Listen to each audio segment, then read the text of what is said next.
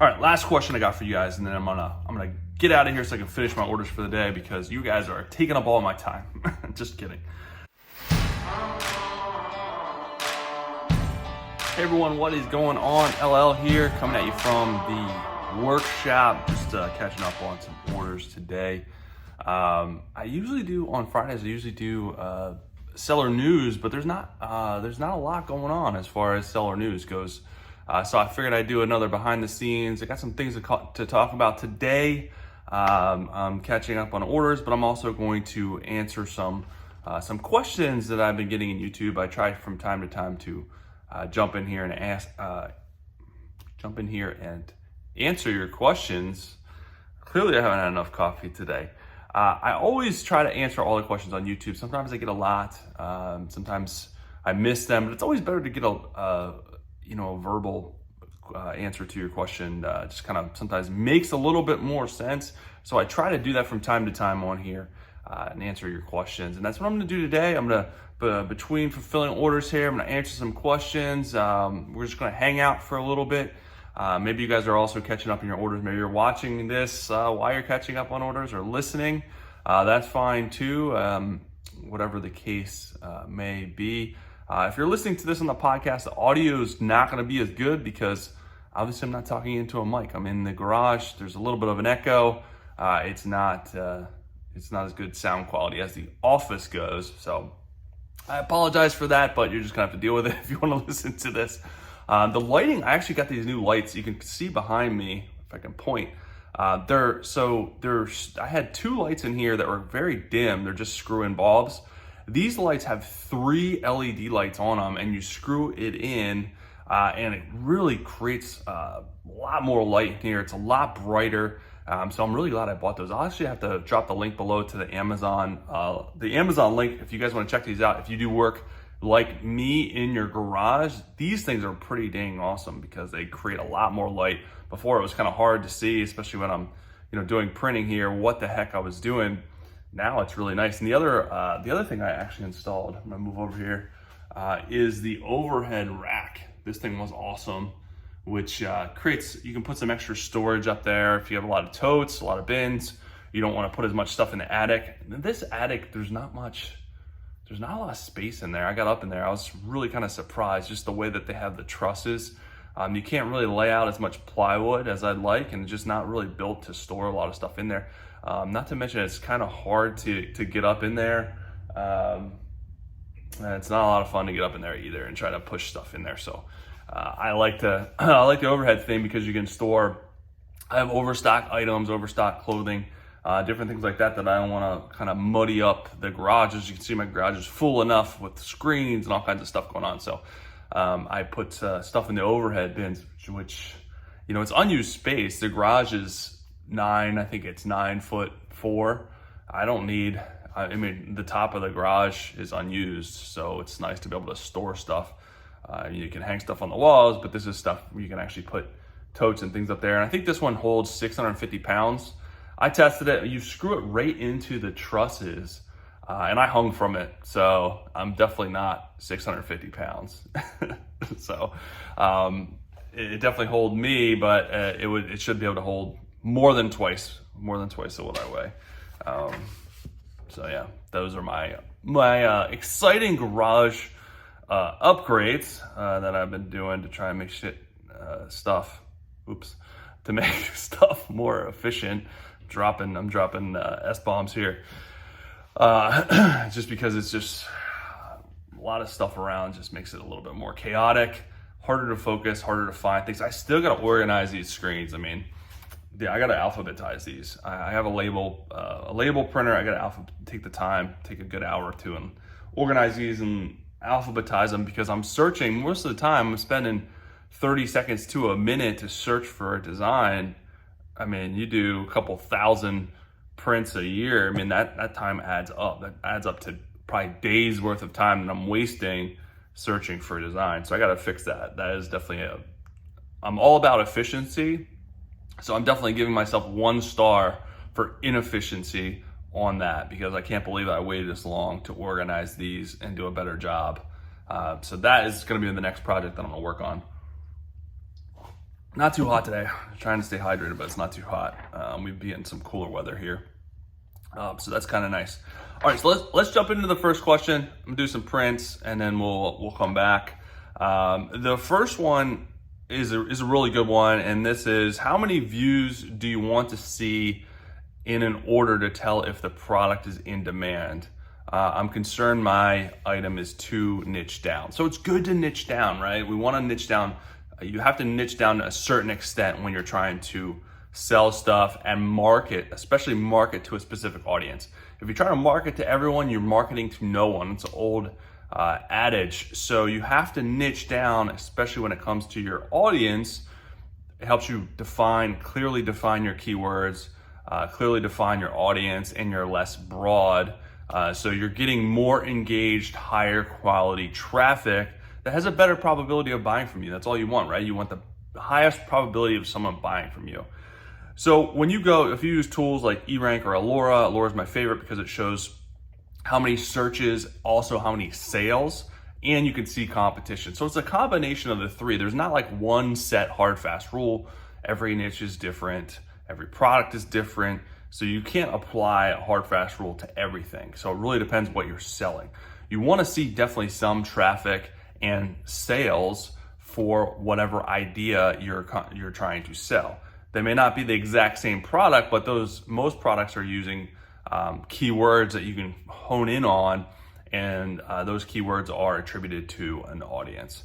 So with a particular idea, I definitely want to see some sales, and I definitely want to see some traffic, a good amount of traffic coming to those specific keywords, which again, you can research in Alora to kind of see, okay, what kind of traffic is it bringing in and what kind of sales is it bringing in? Usually a couple of thousand searches per month, I'd like to see.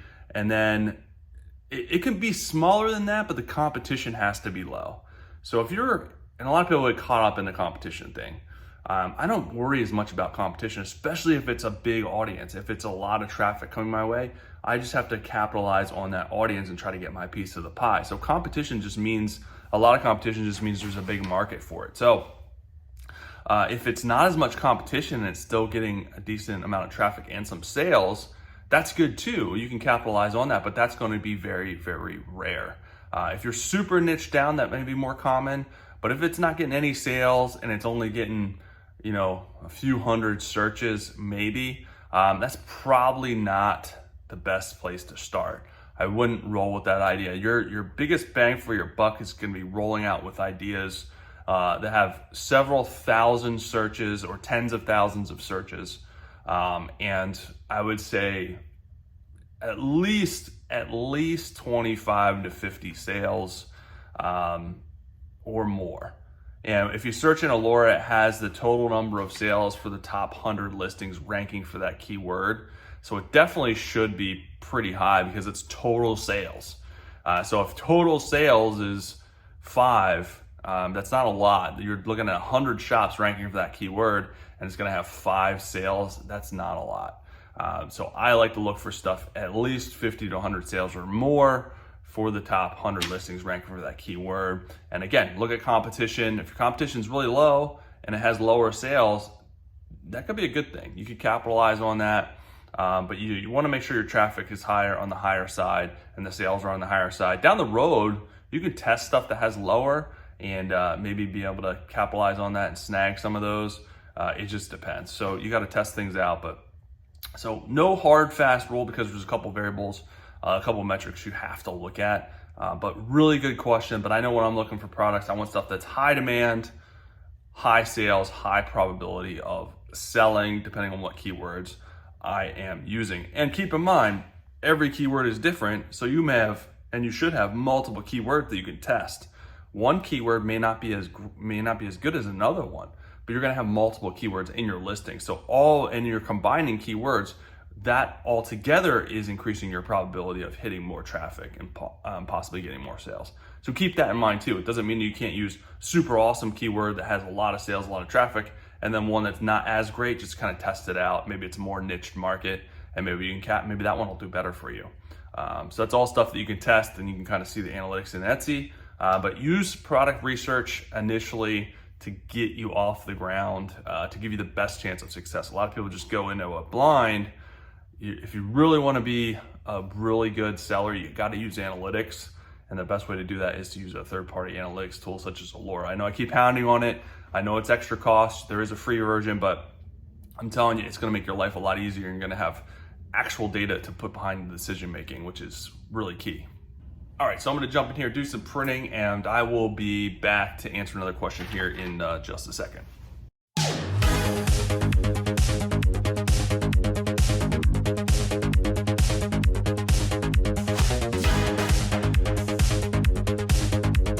All right, I'm back. So let's answer another question. Got a couple shirts printed. Selling a lot of workout stuff right now. So the workout niche is good, especially for January. So it kind of keeps you going past the Christmas rush. Then you got a workout rush. Everyone's getting into the gym, New Year's resolutions, all that good stuff. So yeah, capitalizing on that. It's a big part of what I sell. But yeah, let me answer another question that I got here on YouTube. So what is the basis for the 80-20 rule? Is that specific to Etsy's algorithm / visibility, or a broader reflection of retail markets in general? So the 80-20 rule, great question. This is something I talk about many times. This has been around, it's based on the Pareto principle. I think it's pronounced Pareto. I think it was in like the 30s. This psychologist, he developed the 80-20 rule based on that principle. So how the 80-20 rule relates to sales and online sales specifically is, out of all the listings that you have, only about 20% of those listings will equal the majority of your revenue, or 80% of your revenue. Hence the 80-20 rule. And the rest of the listings will not. The rest of the listings will only equal about 20% of your revenue. And that's just the way it is. So you, more or less, you can apply this to what you're doing and strategize, but the majority of your listings won't sell great. That's why it's important to build up your product catalog so that you get a strong 20% of listings, and you can learn from those listings to create other listings that are successful as well. And then out of that 20%, you can kind of carve another piece of the pie. You take those 20% of listings that are doing well. 20% of those 20% will be the top of the top, the creme de la creme. Those out of those 20%, 80% of those will perform extraordinarily well.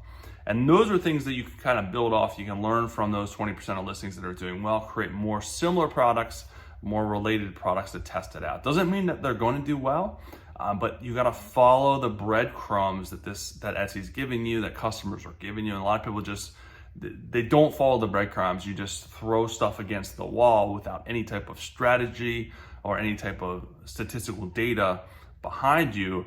And the customers are giving you that data. Etsy is giving you that data. All you gotta do is follow it and build a strategy off of it. Even if you're not making sales, look at traffic. You can apply it to traffic. 20% of your listings will bring you 80% of the traffic. Maybe you're not buying yet, it may be too early. You may need more time, maybe out of season, but that gives you still breadcrumbs to follow. If these listings are getting traffic, maybe you need to create similar listings based on what's bringing you traffic, and maybe those will sell. Maybe there's something missing. Maybe customers are thinking about it. There's just a little piece of the pie missing. So use that to your advantage, even if you don't have sales. So you can apply this rule to a lot of things that you're doing in your workflow, but especially when it comes to listings and successful listings. I always think about the 80-20 rule when I'm looking at those things, and just understand that you're gonna have a bulk of listings that are gonna sell from time to time or may not sell at all, but it doesn't mean that you should take those down. You wanna keep those listings up. That's probably the next most important thing about this, because you don't know how many of those listings are bringing in traffic and then those people are buying other products in your store. And if you take those down, that piece of that traffic is gonna come down as well, and your sales are probably gonna come down. So a lot of people think, well, these listings aren't doing well, I'm just gonna take them down. Or the 20% of listings are doing well, I'm gonna keep only those up. No, 100% do not do that. because it all comes together. You can't just remove the 80% of listings that aren't doing well. It will 100% impact the 20% of listings that are doing well, because there's other factors behind the scenes at play with the algorithm, with bringing in extra traffic. Multiple, a lot of listings or chunks of listings help the algorithm basically categorize your shop and get you known as what you are kind of quote unquote the expert in selling. So that's why it's super important not to take those listings down, because it's helping categorize your shop and becoming well known for a certain niche, a certain set of keywords that when someone's searching for, the algorithm is going to show your shop because you have a bulk chunk of listings relating to that. So that's why it's important. That's why the 80-20 rule is important. So think about it, how you can apply it to your shop.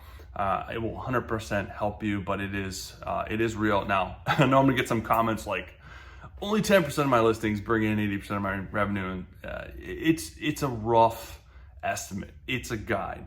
No matter how you look at it, a bulk of listings will bring in a bulk of your revenue. That could change over time, but surprisingly enough, it's going to be close to that 20% mark for the majority of people, which is pretty interesting.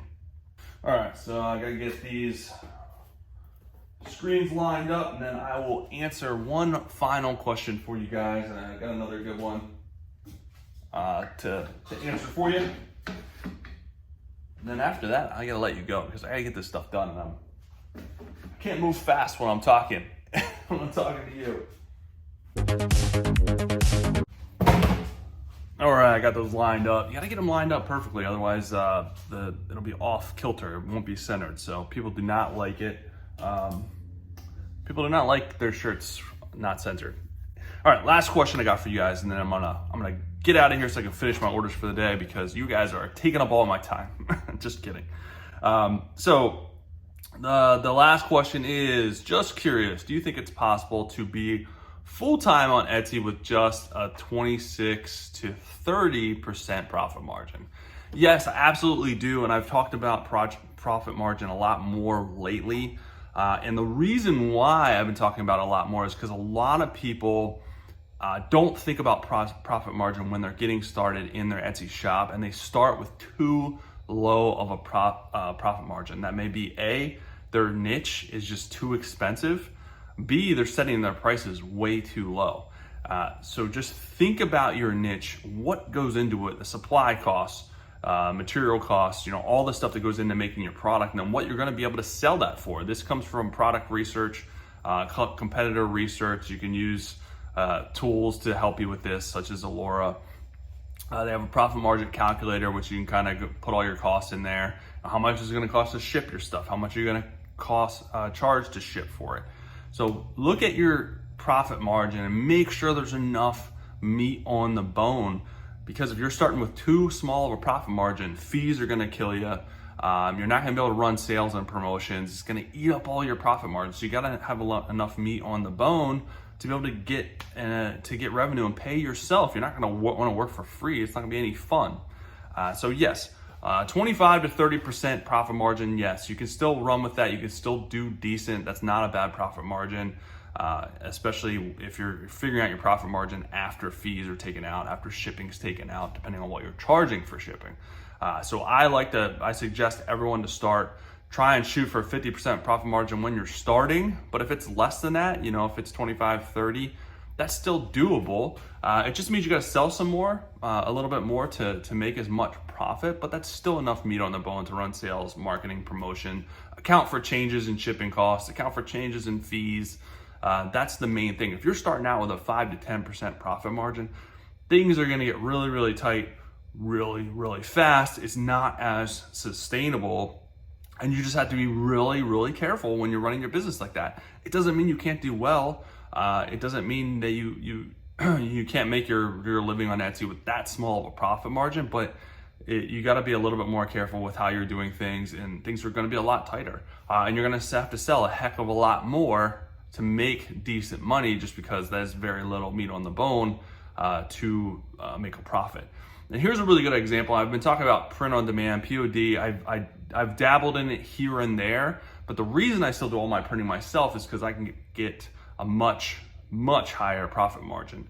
But I still do use some POD, especially if I don't have time to create the new designs, I want to test them out, I'll do POD, but you still have to be very, very careful with POD because your profit margin naturally is a lot smaller because they're doing all the work for you. They're printing it, packaging it, shipping it for you, so they're gonna take a bigger piece of the pie.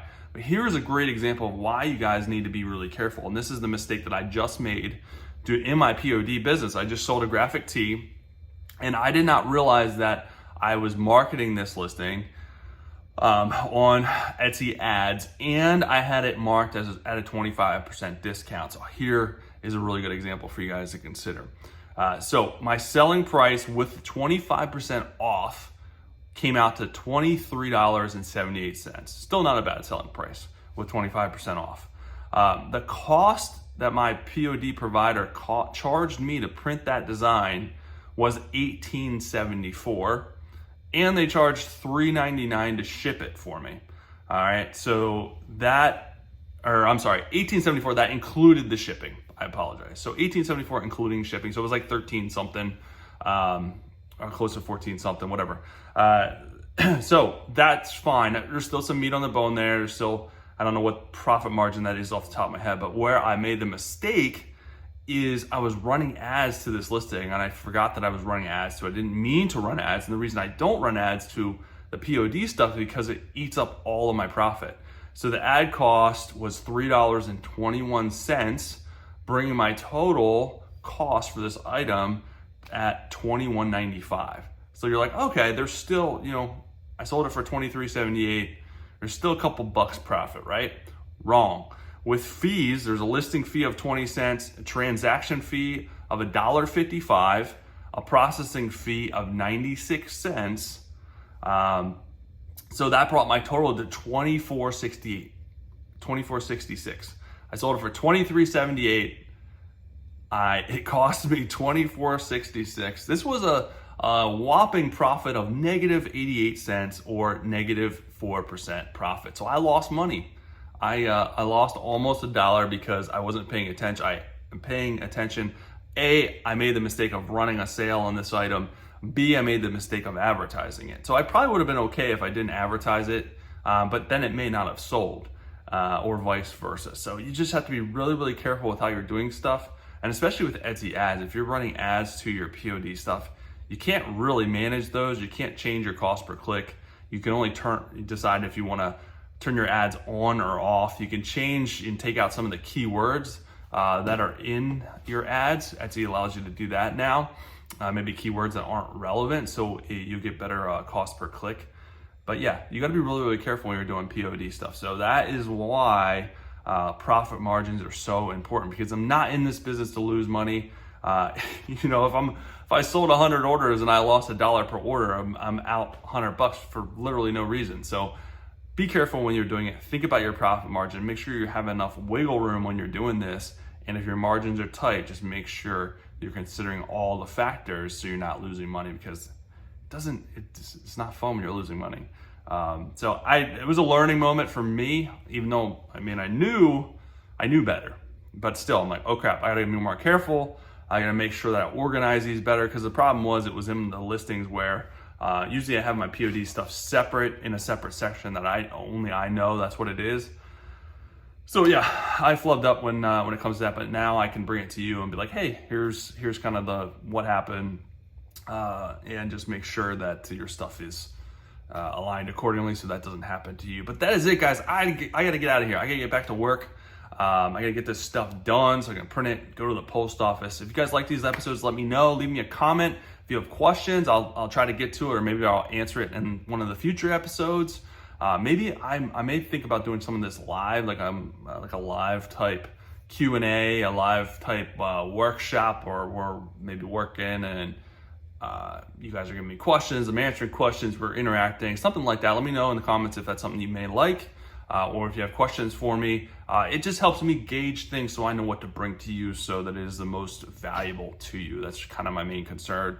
I'm here to make sure that I'm consistently bringing value to these videos, and what you guys are learning, and stuff to help your business as well. But that is it, guys. Have an amazing rest of your day. I'll be back really soon. Have a good weekend.